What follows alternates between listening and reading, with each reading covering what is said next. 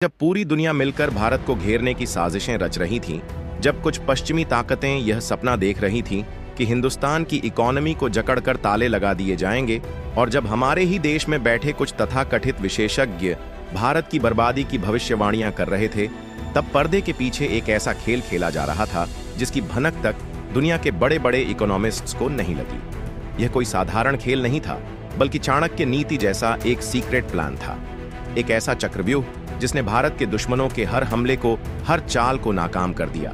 और इस प्लान की ताकत इतनी जबरदस्त थी कि जो लोग भारत को डेड इकोनॉमी कहकर मजाक उड़ाते थे, उनके मुंह अब खुले के खुले रह गए हैं। आज हम उसी राज्य से पर्दा उठाने वाले हैं। वो कौन सी संजीवनी बूटी थी जिसने भारत की डगमगाती नाव को डूबने के बजाय समंदर में रॉकेट की तरह दौड़ा दिया? वह कौन सा ब्रह्मास्त्र था जिसने अमेरिका के सबसे बड़े आर्थिक हमले को भी चुटकियों में ध्वस्त कर दिया? दोस्तों, यही नहीं, भारत ने तो ऐसा करिश्मा कर दिखाया कि 15 साल का पुराना रिकॉर्ड भी टूट गया। इतना बड़ा झटका कि चीन से लेकर यूरोप तक खलबली मच गई। और मजे की बात तो यह रही कि दुनिया की दिग्गज संस्था HSBC ने भारत की इकोनॉमी पर ऐसा खुलासा किया। पश्चिमी देशों के तो होश ही उड़ गए। वो चीख चीख कर कह रहे हैं कि अब भारत को रोकना नामुमकिन है।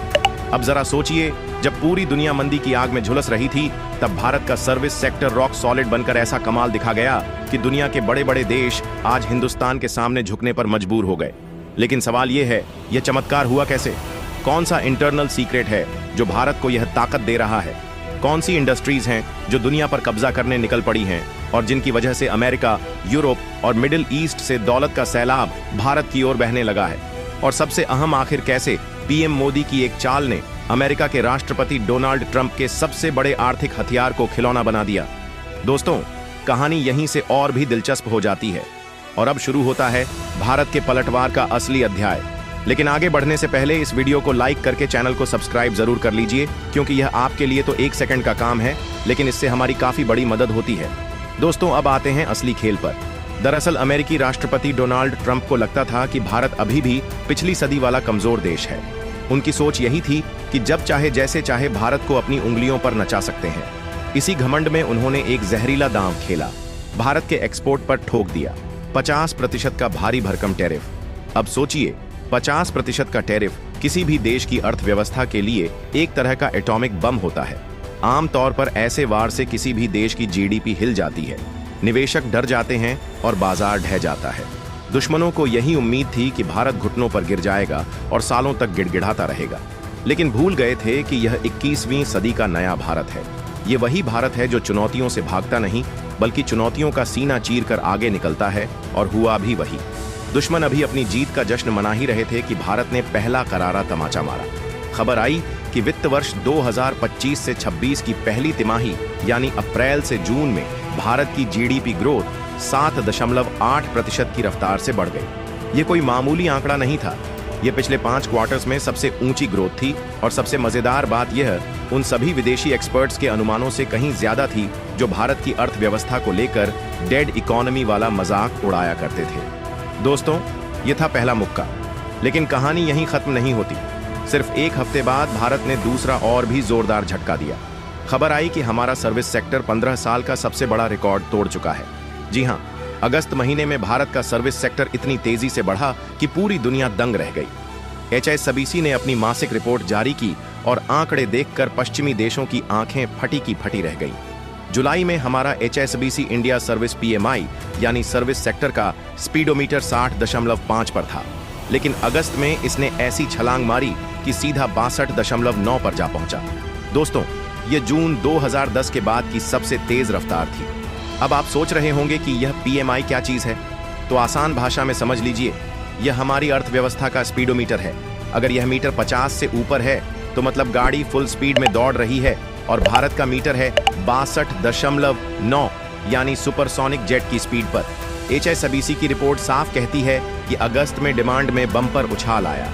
नए ऑर्डर्स की ऐसी बारिश हुई कि पिछले 15 सालों के सारे रिकॉर्ड टूट गए। HSBC इंडिया की चीफ इकोनॉमिस्ट प्रांजल भंडारी, जो खुद एक विदेशी स्पेशलिस्ट हैं, उन्होंने भी मान लिया कि यह मामूली घटना नहीं है। उन्होंने कहा कि सर्विस सेक्टर की ग्रोथ का पूरा क्रेडिट उन नए ऑर्डर्स को जाता है जो विदेशों से भारत की ओर उमड़ पड़े।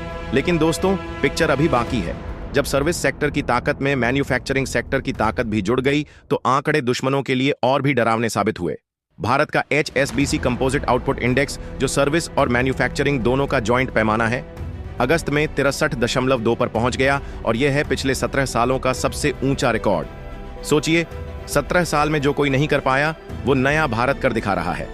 आंकड़े साफ बता रहे हैं, ट्रंप का टैरिफ, चीन की मंदी, दुनिया की उथल पुथल, कुछ भी भारत की रफ्तार को रोक नहीं सकता। अब सवाल उठता है कि आखिर यह जादू हुआ कैसे?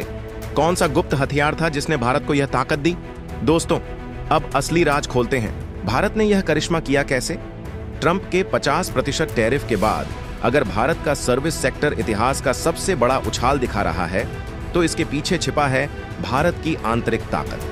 पश्चिमी देश सोचते थे कि भारत सिर्फ एक्सपोर्ट पर निर्भर है, लेकिन भूल गए थे कि आज का भारत डिमांड और सप्लाई दोनों में आत्मनिर्भर हो चुका है। भारत का सबसे बड़ा हथियार है 1.4 अरब लोगों की घरेलू मांग। हर दिन लाखों करोड़ों लोग डिजिटल सेवाएं ले रहे हैं। ऑनलाइन एजुकेशन से लेकर हेल्थ केयर, ई-कॉमर्स से लेकर बैंकिंग, हर सेक्टर में भारतीय कंपनियां दिन रात काम कर रही हैं और इसका फायदा सीधे सीधे हमारे सर्विस सेक्टर को मिल रहा है। ये तो वही बात हो गई जैसे कि गांव का किसान बारिश ना भी आए तो अपने कुएं और तालाब से खेत सींच ले। भारत ने भी कुछ ऐसा ही किया।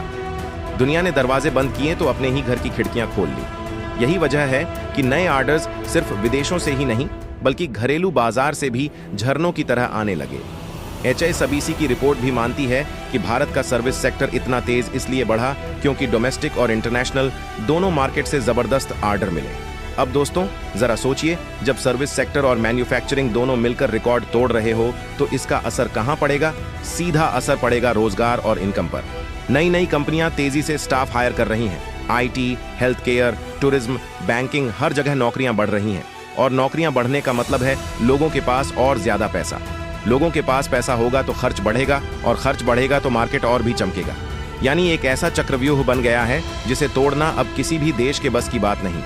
अब बात करते हैं मोदी सरकार की रणनीति की। दरअसल PM मोदी ने शुरू से ही यह मंत्र दिया है, जो भारत में बनेगा वही भारत की ताकत बनेगा। इसी सोच से make in India, startup India और डिजिटल इंडिया जैसे अभियान चलाए गए। बाकी आप लोगों का इस पर क्या सोचना है?